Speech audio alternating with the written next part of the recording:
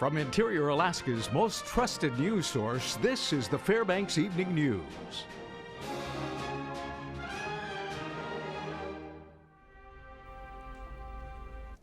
Good evening. Officials with North Pole Police Department say a Wasilla man is facing federal charges after allegedly abducting 2 young girls in North Pole. That's right. 40-year-old Michael Bowen was arrested after a joint investigation with North Pole Police, the FBI, and other local agencies. A press conference was held this afternoon, and we have more now in this report. It was thanks to this photo and surveillance footage that North Pole Police and FBI officials were able to track down and arrest Michael Bowen, a Wasilla contract worker staying in a trailer on Eielson Air Force Base. He had observed the girls at Safeway. And they were there to purchase something, and he caught their eye and followed them. Police say Bowen took a 6 and 9-year-old girl from downtown North Pole and later returned them unharmed. The girls told police Bowen forced them into his truck, locked them in, and drove them more than 15 miles outside of the city past Salcha. Young ladies found themselves in a very difficult situation. They remained calm and cool and ultimately were released unharmed. When their frantic parents tried to phone them on their cell phone, Bowen grabbed it from the girls. Paid attention, they remained calm, and their information is what brought us to this fortunate conclusion. FBI members said during an interview, Bowen admitted to taking the girls. He said he wanted to teach their parents a lesson. And this is not normal. Kids don't normally get returned like this, which is a rarity. It is unknown what his plans were with the girls. These girls are extremely lucky to have come back to us. But when asked what he thought the parents would think when they didn't return home, he said, quote, he would think they were dead at the bottom of the lake. Police also said he admitted that he would likely commit this same offense again. People that abduct children, the statistics show that 33% of them actually attempted an abduction before or have actually succeeded. Investigators are asking anyone with similar reports to come forward and to teach their children that even in a small city like North Pole, there are dangers they need to be aware of. Talk to your kids about the stranger danger. If they are grabbed or if they are approached by a stranger, make a scene. Kick, scream, yell, bite, do anything you can to make a scene. I'm Stephanie Woodard reporting. All right, and of course we'd like to add that Bowen was in U.S. District Court this afternoon. He has no bail right now, and he was assigned a public defender despite an over $60,000 a year salary. Now, he could face up to between 20 years to life in prison, and a hearing is being scheduled for his case for next week. Very good. And of course, you're going to update us. Yes, we will have an update from U.S. District Court. Very good. Thank you, Stephanie. And in other news this evening, trial continued this morning for a North Pole man accused of sexually abusing 3 minor children. Alan Hughes is charged with a total of 27 counts of sexual abuse of a minor. Emotional and graphic testimony was heard for now near 6 days of trial from all 3 alleged victims. The trio say Hughes repeatedly sexually abused them. They say he forced them to have sex with not only himself but each other. Revealed in trial today was a sexual relationship outside of Hughes's knowledge between the 3. They admitted to watching pornographic videos and having sexual relationships outside of the alleged abuse. Further, all 3 initially say they denied the claims due to fear of what could happen to them. Trial is set to continue into this week. U.S. Senator Dan Sullivan is hosting meetings in Alaska to hear from veterans on health care provided through the U.S. Department of Veterans Affairs. Listening sessions are scheduled for August 24th in Fairbanks and Kenai. The VA Undersecretary for Health will also attend. Concerns have been raised with the VA's implementation of the National Choice Program, modeled partly on an Alaska program meant to allow veterans to receive care at non-VA facilities rather than face the long wait times and have to travel long distances. But VA has only committed to funding Alaska's program through September. Concerns with the Choice Program in Alaska include a limited number of participating doctors and low reimbursement rates. And now implementing the Choice Act, we're undermining the whole system in Alaska. It's Phoenix all over again. People are having their appointments canceled at the last minute, showing up for surgery. And the VA in Washington has to take responsibility. It can't blame this on the Congress. All right, when we come back, the search is continuing up and down the Chena River for a man who went missing last week. Also, on a lighter note, today was Kids Day at the fair with games, food, and prizes for the kids. Plus, Mike Schultz will be live at the fair with another guest. All this when we come back. And welcome back. The search continues for a Fairbanks man who has been missing in the Chena River for over a week. According to officials with the Tanana Chiefs Conference, the body of 30-year-old Tyler Cover has not been found. Cover and another man reportedly jumped from the Centennial Footbridge in downtown Fairbanks on Sunday, August 2nd. Only one of them surfaced, and Cover's body hasn't been seen since. Yesterday, searchers performed what they called a grid search that was unsuccessful. The search is scheduled daily from 9 a.m. to 9 p.m. until his body is located. A Fairbanks man accused of assaulting another person with a knife downtown took a plea deal with the state in Fairbanks Superior Court. Daniel McPhee appeared in Fairbanks Superior Court and pleaded guilty to a single count of misdemeanor assault as well as a single count of misconduct involving a weapon. The other charges against him were dismissed. According to court documents, McPhee was found in the Golden Heart Plaza covered in blood. Authorities later said he cut a man on the neck. Now that victim was taken to the hospital for surgery. McPhee's sentence will be decided at a later date by a Superior Court judge. Kids Day at the Tanana Valley State Fair had a slow start, but attending families still got to have their own slice of fun and learn a thing or two about the world around them. Reporter Ryan Grimes was there and he has the story. Day at the Tanana Valley State Fair, but little children and tykes alike are still enjoying Kids Day. Kids will get to roll around in the water and even enjoy a dirt tunnel filled with little critters, and they even get to learn about the soil. The Tanana Valley State Fair gave free admission to youngsters walking through the gate today in celebration of Kids Day. Inside the Big Tom tent and away from the rain, kids got to play games and win prizes for having fun. We've got coloring contests, a duck pond, beanbag toss. You can plant a sunflower since that is some of our theme. Many games were organized by Thread Resource and Referral, which specializes in child care. Specialist Michelle Cates says parents got information about child care resources in the Fairbanks area, as well as helping providers get their required training and like CPR and first aid, as well as child development information. Kids also got the chance to get down and dirty by exploring the soil tunnel. They got to learn all about what goes on down under, courtesy of the Fairbanks Soil and Water Conservation District. Seasonal technician Nicole Swensgaard put on a centipede costume to get into the spirit of the educational display and to get kids comfortable. Kids are supposed to get out of it that what comes from growing in soil, our vegetables, even our beef and our hamburgers, all comes from soil. It's very important to keep it healthy. Kids Day is the only day children would be able to see the soil tunnel and play games with Thread staff members. But for those unable to go to Kids Day, one company called Tons of Fun Entertainment is inflating its playhouses every single day until the end of the fair. Owner Mary Cullinane says she is getting lots of customers, kids and adults, interested in one unique attraction her business offers. The big thing that we are enjoying is the walk on water balls. Kids get in it, or anybody who weighs less than 250 pounds. I like to see the kids have fun. That's why I started this business. Started with one tiny little inflatable bouncy house and turned it into something kind of crazy. This is Ryan Grimes reporting from the Tanana Valley State Fair. You know, I think we should get inside one of those. That looked pretty fun. Yeah, absolutely. Well, it is time once again to visit Mike Schultz live from the fairgrounds. That's right, and tonight he's brought a special guest and he'd like to talk to that person. The guy's unique thing about live broadcasting is sometimes, for some reason, your talent doesn't show up and you can't get a chance to talk to them. I'm sure there's a good reason because they're all working so hard. It was probably a volunteer that was probably working hard, and they have a lot of volunteers helping them out this year. But once again, we're here at the Tanana Valley State Fair. We did have a George Harrison moment there for a while. It was Here Comes the Sun, and it's still trying to come out. A few sprinkles here and there, but all in all, not too bad. Not a big crowd on Kids Day. I'm surprised. Again, there's plenty of places in the park. And like I said, it is Kids Day, so there's good discounts there. And of course, there's tons of food around.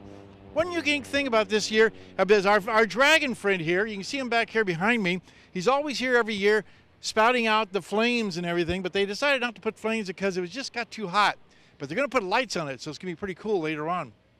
Now, as far as the rest of the park is going on, there are quite a few activities happening right now. And of course, over at the this Ferguson stage behind me, which is blocked out by the new crafts tent that's been moved here. And by the way, by doing that, they opened up a lot more eating area over by the bridge. So things have worked out pretty good there, too. And of course, you have the Borealis Pavilion, lots of things going on there, all types of stuff. And as far as the rest of the fair is concerned, This smells, oh, it smells so good. We're going to talk weather a little bit later on, and we'll see you back here for that. Back to you guys. Apparently that special guest was the dragon. The dragon, of course. It's going to be a familiar sight down there. Yeah. So, all right, Joe Cook is up next with sports, and he has the weekend recap, which includes state golf results and some Alaska International Senior Games action. Now, sports is after the break with Joe Cook.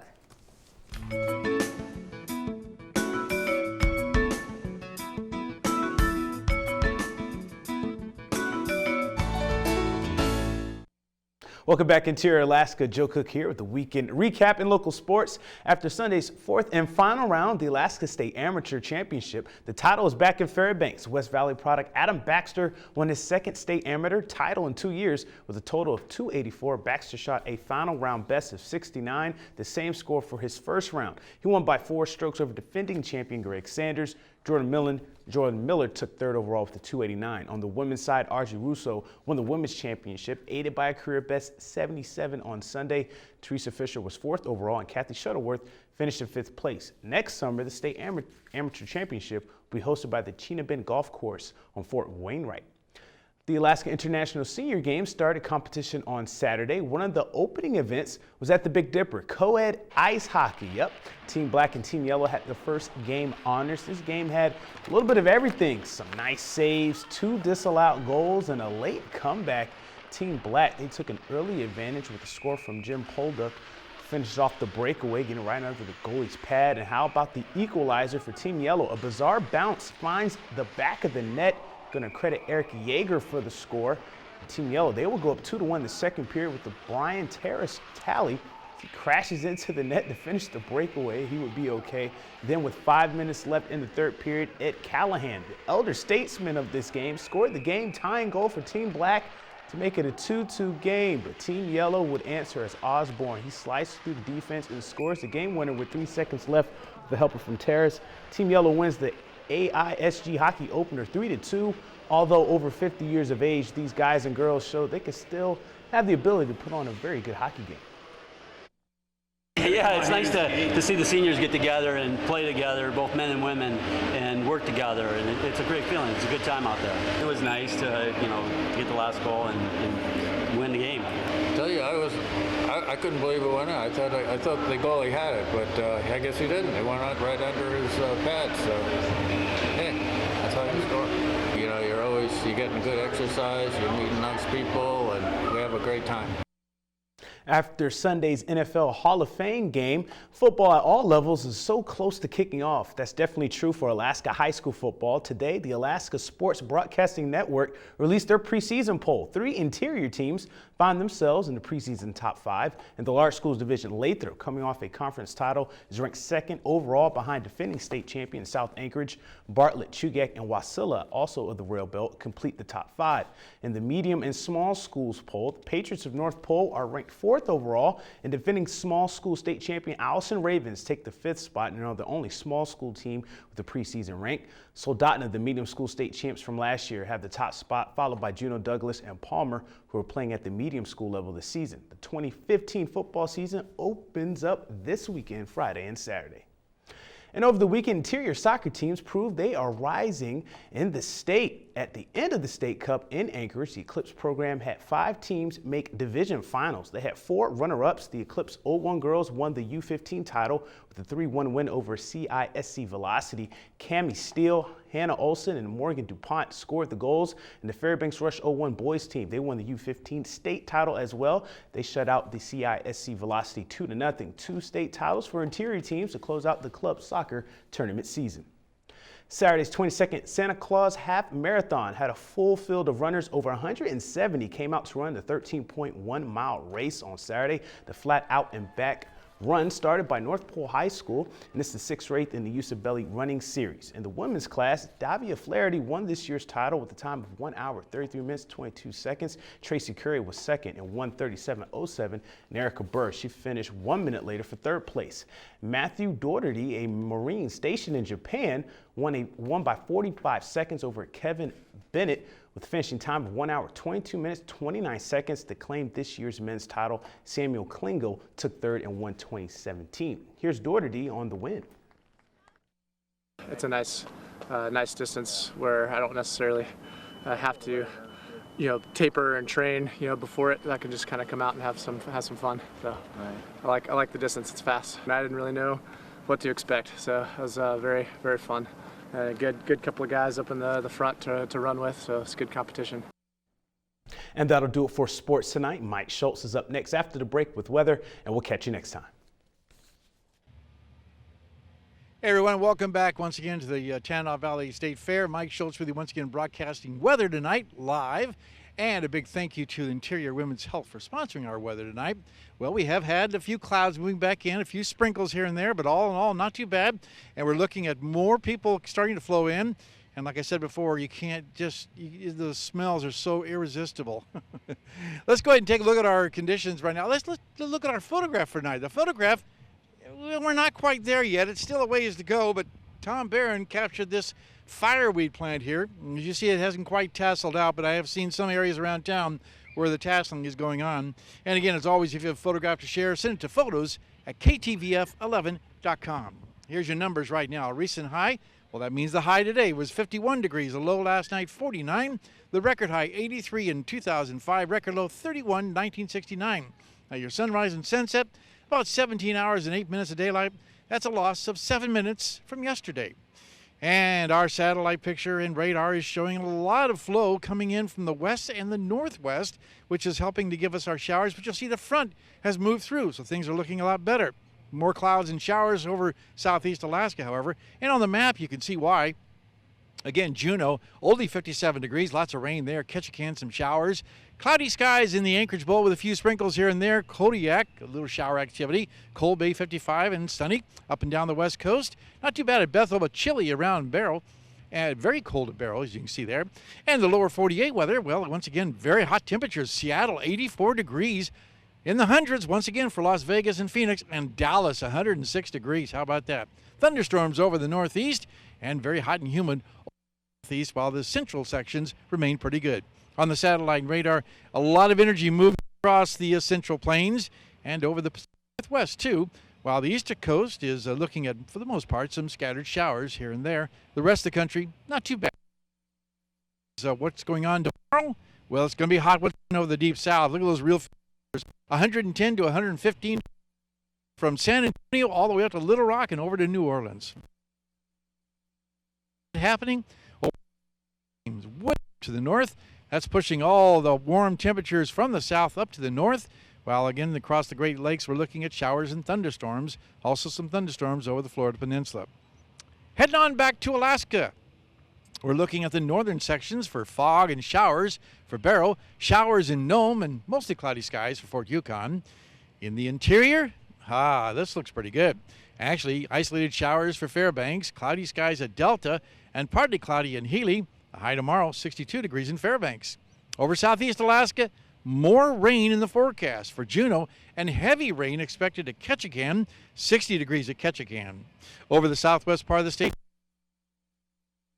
partly to mostly cloudy skies for Kodiak and partly cloudy skies for Bethel. Not too bad, 62 degrees. Over the south central sections, partly cloudy skies at Anchorage and Homer.